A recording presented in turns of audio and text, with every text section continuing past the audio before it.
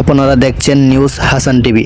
আজকের বিশেষ প্রতিবেদনে তুলে ধরব উন্নয়নের নামে বাংলাদেশের বড় বড় মেগা প্রকল্পগুলোর দুর্নীতির চিত্র। কোটি কোটি টাকার বাজেট বরাদ্দ হয়েছিল দেশের উন্নয়নের জন্য, কিন্তু সেগুলোর কতটা প্রকৃতপক্ষে মানুষের কল্যাণে ব্যবহৃত হয়েছে জানতে থাকুন আমাদের সঙ্গে। বাংলাদেশের সাম্প্রতিক উন্নয়নের চিত্রে বড় বড় প্রকল্পের নাম শোনা যায়, কিন্তু সেই প্রকল্পগুলোর মধ্যে অনেকগুলোতে দুর্নীতির অভিযোগ স্পষ্ট। পদ্মা সেতু, মেট্রো রেল এবং রূপপুর পারমাণবিক বিদ্যুৎ প্রকল্পের মতো উদ্যোগগুলোতে স্বচ্ছতার অভাবে কিভাবে জনগণের অর্থ অপচয়ের কারণ হয়েছে তা নিয়েই আজকের আমাদের এই প্রতিবেদন।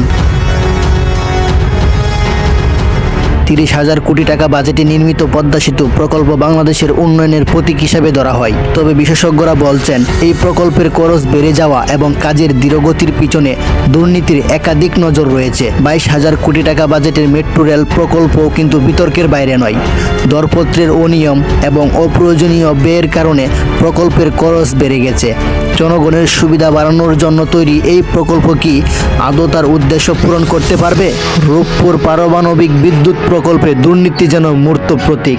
প্রায় 1,13,000 কোটি টাকার প্রকল্পে বালিশ কেলেঙ্কারি থেকে শুরু করে অতিরিক্ত খরচের নানা অভিযোগ উঠে এসেছে।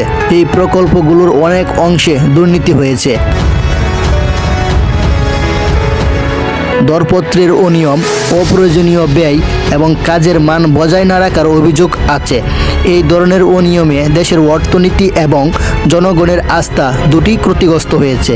উন্নয়নের নামে এই দুর্নীতি কেবল অর্থ অপচয়ই নয়, বরং দেশের ভবিষ্যৎকেও ঝুঁকির মুখে ফেলে দিচ্ছে। জনগণের অর্থের সঠিক ব্যবহার নিশ্চিত করতে জবাবদিহিতা এবং স্বচ্ছতা খুবই জরুরি। আপনারা ছিলেন নিউজ হাসান টিভির সঙ্গে।